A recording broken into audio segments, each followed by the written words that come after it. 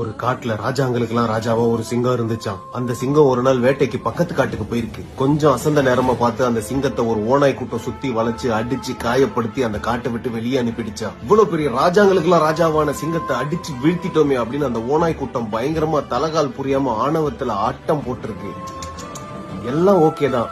ஆனா அந்த ஓநாய் கூட்டம் ஒரு சின்ன தப்பு பண்ணிருச்சு. அந்த சிங்கத்தை ஒரேடியா முடிச்சிருக்கணும். வயசான சிங்கம் தானே, திரும்ப எங்க வரப்போகுது அப்படின்ற தெனாவெட்ல அப்படியே விட்டுட்டாங்க. வந்துடலாம் அமைதியா போயிருக்கோம். ஆனா தன்னை வீழ்த்திட்டு அந்த ஓநாய் கூட்டம் ஒரு ஆட்டம் போட்டுச்சுல, ஆட்டம். அந்த ஆட்டத்தை பார்த்ததுக்கு அப்புறம் ஒரு முடிவு பண்ணிச்சான். இந்த காட்டுல தன்னை அடிச்சு நிராயுத பணிய ஓட விட்டாங்களோ அதே காட்டுக்கு திரும்ப கெத்தா மாசா வரணும்னு. ஆனா வந்தா ராஜாவா தான் வருவேன்னு வரமாட்டேன். இது வரைக்கும் வேட்டையாடி சம்பாதிச்ச ராஜாங்கிற கௌரவத்தையும் என்னோட சிம்மாசனத்தையும் கோடான கோடி முறை என் தலையில சுமந்த கிரீடத்தை இறக்கி வச்சிட்டு ஒரு சாதாரண கடைக்குட்டி சிங்கமா தான் வருவேன்னு ஒரு முடிவு எடுத்துச்சான். அந்த சிங்கத்தோட கோடான கோடி ரசிகர்கள் அதை தாங்கிக்க முடியாம, நீங்க எதுக்கு கிரீடத்தை இறக்கணும், நீங்க ஊன்னு சொன்னா இந்த ராஜாங்கமே உங்க கால் அடியில, ஏன் இந்த முடிவு அப்படின்னு கேட்டாங்களாம். அதுக்கு அந்த சிங்கம் சொல்லிச்சான், நான் அந்த காட்டுக்கு திரும்ப வர்றது என்னோட கிரீடத்துக்காகவோ சிம்மாசனத்துக்காகவோ இல்ல, ஒரு பழைய கணக்கு பாக்கி இருக்கு, அதை முடிக்கணும், அவ்வளவுதான். இது வேற ஏதோ சம்பவம்னு புரிஞ்சுக்கிட்ட அந்த சிங்கத்தோட ரசிகர்கள் இப்ப நாங்க உடனே என்ன பண்ணணும்னு கேட்டாங்களாம். அதுக்கு அந்த சிங்கம் சொல்லிச்சான், அந்த ஓநாய் கூட்டத்துக்கிட்ட போய் சொல்லுங்க, the king